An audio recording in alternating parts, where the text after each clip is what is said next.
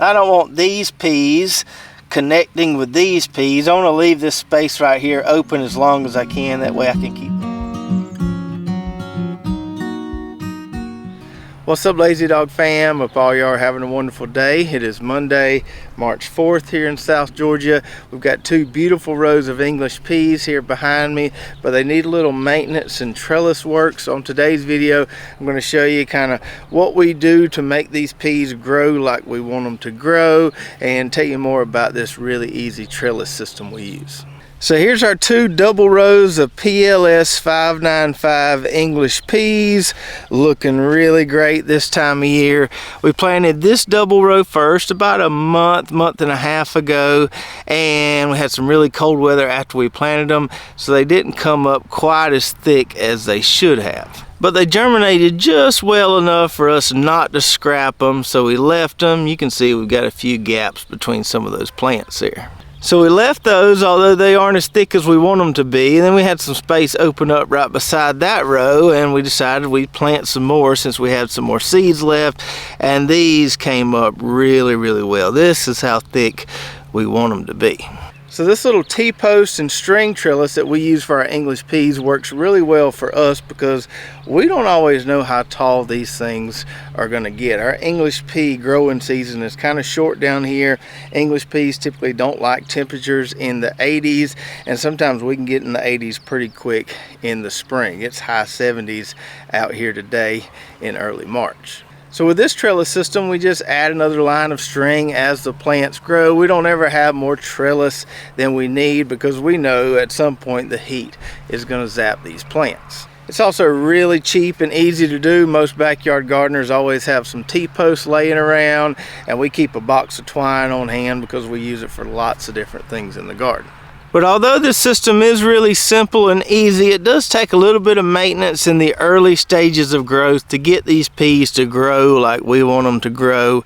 We also have to be sure to keep the weeds under control early on here so they're not a big problem once we have pea vines everywhere. So one of the things I have to do during the early stages of growth is come out here about once a week and train these a little bit. I don't want these peas connecting with these peas. I want to leave this space right here open as long as I can. That way I can keep the weeds under control there. So this double row system is a great way to maximize space in your garden, grow a lot of peas in a small amount of row space there. But we want to try to keep these two rows separated if we can. So I'll just take some of those vines and put them onto that string. Keep these peas on this string, try to keep those peas on that string. And now that we've got this lane cleared out better here, we can take just a little shallow cultivation tool and go through here and lightly scratch the surface in the middle of this double row. We've got our drip tape down there. We don't want to cut it. We just want to lightly cultivate. Get all those tiny little weeds, flip them over so they die. Keep things a little more manageable in here. If we get weeds growing up big in here, they'll get wrapped around these pea vines and they'll be almost impossible to pull without pulling up our peas. So early on, very important to keep the weeds under control. And now that we've got that spot between the rows scuffed up a little bit, got rid of some of those little tiny weeds, I'm gonna walk along the outside here and pluck out any of these tiny weeds I see from the outside. Hard to believe we've already got pigweed popping up, but we do. So I'm just going to gently come in here. Don't want to kill my pea plants. Just going to kind of lightly pull those weeds out of there just like that. A lot easier to get when they're small than if you wait till they get real big. So now we're back to a nice weed-free situation here, and as you might have guessed, we need to go ahead and add another line of string. Some of these plants are already a good 6 inches taller than our last line of string. And I'm about due for another box of twine. You can see this one here has seen better days, but we about got the goodie out of it. There's not much string left in there. I actually ordered me another box of this off Amazon earlier. I'll put a link below if you want to get some of this. I think there's a mile or a little bit more of twine in every box. I've had this box for several years, but about time to retire this one and start with a fresh new one. So we're going to get our third line of string going here. Skip up a couple notches on our T-post. We'll tie it tight right here, and then we'll just kind of wrap around each post as we get to it and then tie it off at the end of the row. All right, now we got our third line of string in place. We back in business with that row there. Now over to this row where we don't even have T-posts set up yet. So first, let's do a little weed cleanup here. Make sure we get rid of any of those tiny weeds, and then we'll set our T-posts. So just like we did with that more established row, we're gonna start by just scuffing up this space in the center of the double row here. Once we do that, then we'll come along the edges and pluck some of these weeds out that are on this side of the pea plants. Now that that's clean and weed free again, I went to the barn and grabbed some T-post and our very necessary TPost Driver. So on 30-foot rows like these, you would need 8 T-posts for a double row, or just 4 if you wanted to plant a single row. Go with your shorter T-post on this. Makes it a lot easier to wrap those first few lines of string, because you do have to pull the string over the top of the post to keep things nice and tight. You could probably also get by with using wooden stakes for this, because these peas don't get that heavy and you won't have to worry about those wooden stakes breaking. But if you've got some shorter T-posts, they work great for this. Now on the ends of the rows here, it's not a big deal, but for these posts that are going in the middle of the row, we will probably sacrifice a few pea plants when we drive those in the ground, but that's not a big deal. As you can see, we got plenty to work with.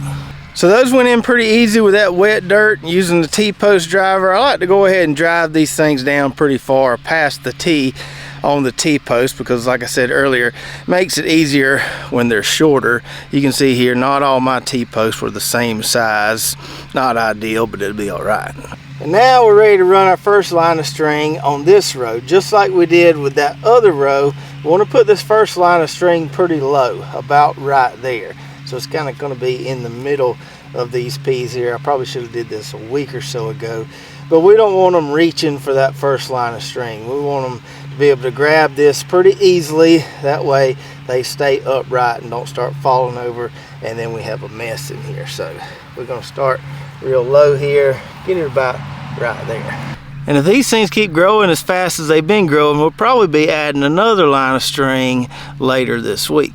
But the most important thing to remember here, hopefully as I demonstrated there, is to take the time in the beginning when the peas are small.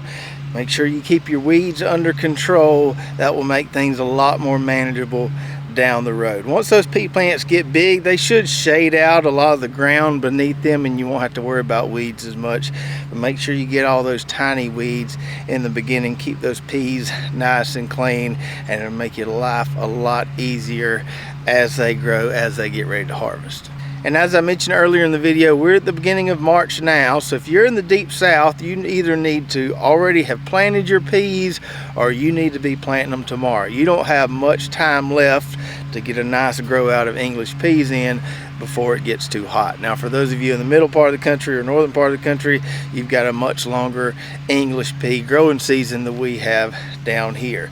Down here we have to take a few chances, try to get them in as early as possible. I've planted them as early as I think January 7th before. So we take those chances because we don't ever know how soon it's going to get real hot and those peas are going to start crying.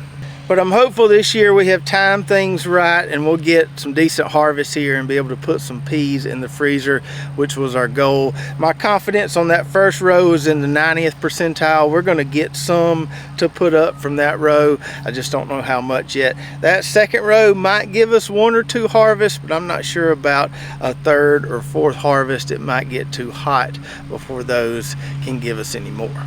And these peas can test your patience a little bit. We get messages all the time from people saying, man, my peas are looking great, but they won't ever bloom. They won't ever put on flowers and make some pea pods. So it will seem like it takes forever to get that first bloom. But once you get that first bloom, you'll see blooms everywhere and you'll have peas before you know it.